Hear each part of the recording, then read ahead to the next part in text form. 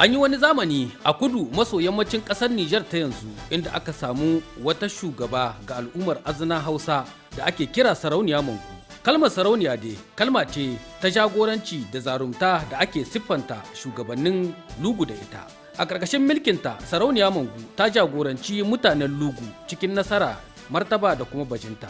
Masarautar Lugu na ɗaya daga cikin masarautun Hausa masu daraja da kuma tarihi. Sarauniya Mangu ta yi fice sosai da hikimarta da zarumtarta da kuma sadaukar da kanta ga al'ummarta.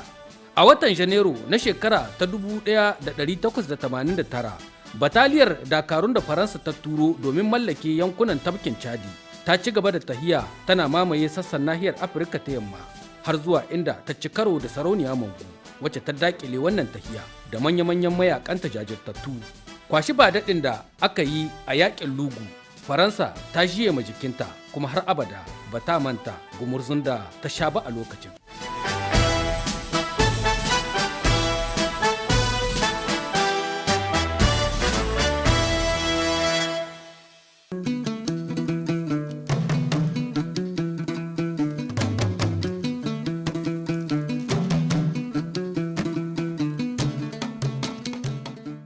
Assalamu alaikum jama'a masu kallon da sauraron barkamu da yau barkamu da warhaka barkamu da sake haduwa da ku a cikin shirin labaran namu na sashen Hausa na yau Talata 29 ga watan Oktoba shekara ta 2024.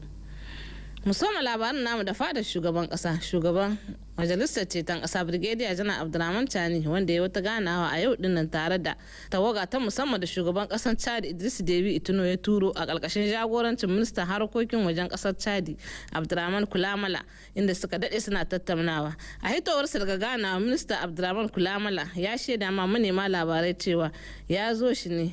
domin kawo sakon shugaban kasar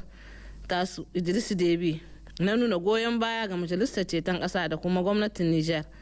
Sannan ya ce sun kawo zancen sha'anin tsaron ƙasa a yankunan Sahel, musamman ma harin da 'yan ta'adda suka kai musu a kwanakin baya-bayan, wanda shi ne dalilin da ya hana shugaba Idris Deby zuwa da kansa.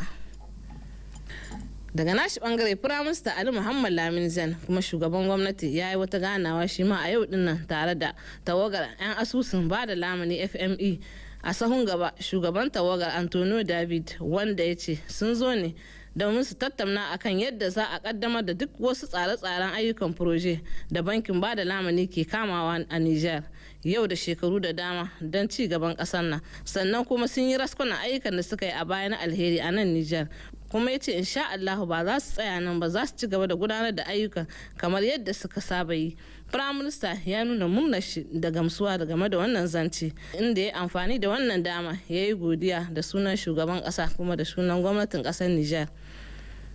domin karɓar kiran da shugaban kasa ya yi. Mai martaba sarkin Juju Alhaji Bashir Haruna Hambali na ci gaba da limka kokarinsa na wayar da kan al'ummarsa da ma duk ilahirin 'yan Nijar kan yadda za su kasance garkuwa don kare kasar Nijar daga makircin makiya. Biza Abubakar ya haɗa mana wannan rahoto akan kokarin da mai martaba sarkin Junji ke yi a koda yaushe. Wannan ita ce da'a ga magabata, kamar yadda manzon Allah ya yi umarni ga musulmi duka cewa da as-sam'u wa ta'a. To mai martaba sarkin Junju Bashir Haruna Hambali a aikace yake bin wannan umarni na manzon Allah. Shi yasa daga ranar da ya ji shugaban kasa, shugaban majalisar ceton kasa Brigadier Janar Abdurrahman Chani ya yi kira na musamman ga ilahirin 'yan Nijar na birni da na ƙauye da su tashi gaba ɗaya tsintsiya maɗaurin ki ɗaya, su kasance garkuwa ga ƙasar mu Nijar domin su bata kariya ta musamman ga duk wani makircin makiya. To daga nan sarkin Junju bai yi ƙasa a gwiwa ba, nan take ya dinga kiran tarurruka da dama waɗanda suka harhaɗa masu garuruwa da hakimai da malamai da lattizawan karkarar Junju, kai har ma da ma'aikatan gwamnati da ke cikin yankin domin isar musu da wannan saƙo na shugaban ƙasa. Aka ce duk masu garuruwa da rugga kowa ya zo. An ce abin da ya shahi harkar tsaron ƙasa ba na mai sa tuni ɗaya ne ba. Duk mai gari, duk hakimi da bai san me ke ga faruwa cikin garin shi ba, kenan bai ma san me ke faruwa cikin gidan shi ba. Ku zama ido, ku zama kunne saboda kanku. Ya ce ba sai abu ya faru ba don an san dan wani ne, a bar magana sai ta kai sati guda hukuma ba ta sani ba. in baka da lambar prefe baka lambar sarki kana lambar likita kana lambar sebe kana lambar komisar kana lambar gidan duwan kana lambar gidan ozefore kana lambar kowa duk wanda ka san dan bariki da kira shi ka ce ga mugu da yasa dan tsaye magana na zuwa sama sai a dauki mataki amma duk wanda ya boye mugu ko shi hukuncin shi ne za a yi ma hukuncin wancan mugu to kusa ko babu tausayi babu zancen tausayi zancen kun banna ta manoma da makiyaya yace ga a shiga wani dogon turanci an yi mashekari an yi burtali ka bi burtali ka tai mashekari bai baka zakwa mutane na noma da ganga ka kyaye wurinsu kenan da tsaya a yi ta cin juna mu koma can tsakanin mu daidaita abinda muka daidaita sai mu gaya musu saboda za a yi mugunyar tara kuma kudin da za mu amshe su ga wanda ya yi banna mu samu sojojin da ke yawo suna satari yan faturi ba wata tausayi za a yi ba kuma sani in na ciza ba da sakewa in wani ciza ba da sakewa wanda ya daga ya buga ruwa sun ka watso mai wallahi jikin shi zai gaya mishi in kunne ya shi jiki ya tsira kenan za mu koma mu rizar da kai su yanzu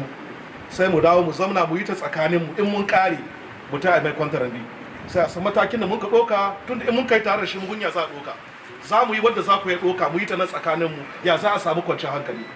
Wannan kyaukyawan misali ne ga duk lahirin sarakunan gargajiya na Nijar kakab baki ɗaya. Wajibi ne su tashi tsaye su dinga kiran al'ummominsu saboda wayar musu da kai ta irin yadda za su iya ba da cikakken goyon baya ga majalisar ceton ƙasa sannan kuma su kasance garkuwa ga ƙasarmu Nijar domin wanzar da zaman lafiya da kuma kwanciyar hankali a duk faɗin ƙasar nan tamu baki ɗaya.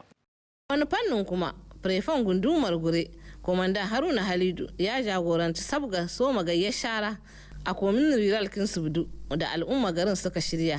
A biki a aikin mu Hadiza Yakuba da ta halarci wurin ta haɗa mana wannan rahoto. A cikin tsari na tsabtace garuruwa da magabatan ƙasa suka ƙirƙiro a kowace Lahadi ta ƙarshen wata. Wato Prefe na Departaman Kingure, Komandan Haruna Halidu ya kasance a garin Subdu domin shinshina ma al'umma da suka tsara ita wannan gayya don tsabtace wato wannan gari nasu da ma makarantun boko. Haka ɗumbin jama'a ne suka fito da fifi don tsabtace makarantun boko don ba da dama ga malamai da kuma ɗalibai ɗaukan darasu a cikin hali na gari. Prefe na Departamentin ta Gure, Komandan Haruna Halidu, wanda yake tare da rakiyar hukumomi na bariki da na gargajiya da jami'an tsaro da wakilai na kungiyoyi daban-daban, ya kasance a garin Subdin don shinshina ma al'umma da kuma kai musu gaisuwa ta magabata na koli a sahun gaba shugaban kasa General de Brigade Abdurrahman Chani da kuma Prime Minister Ali Muhammad Lamin Zen.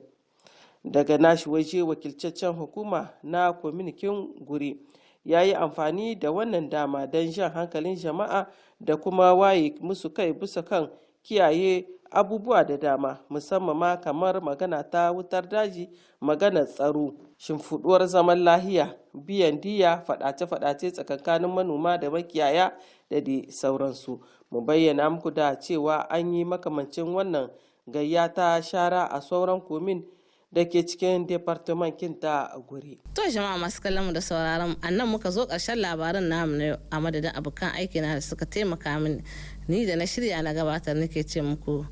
mu kwana lahiya sai kuma gobe inda zan sake zo muku da wasu sabbin labaran insha Allah.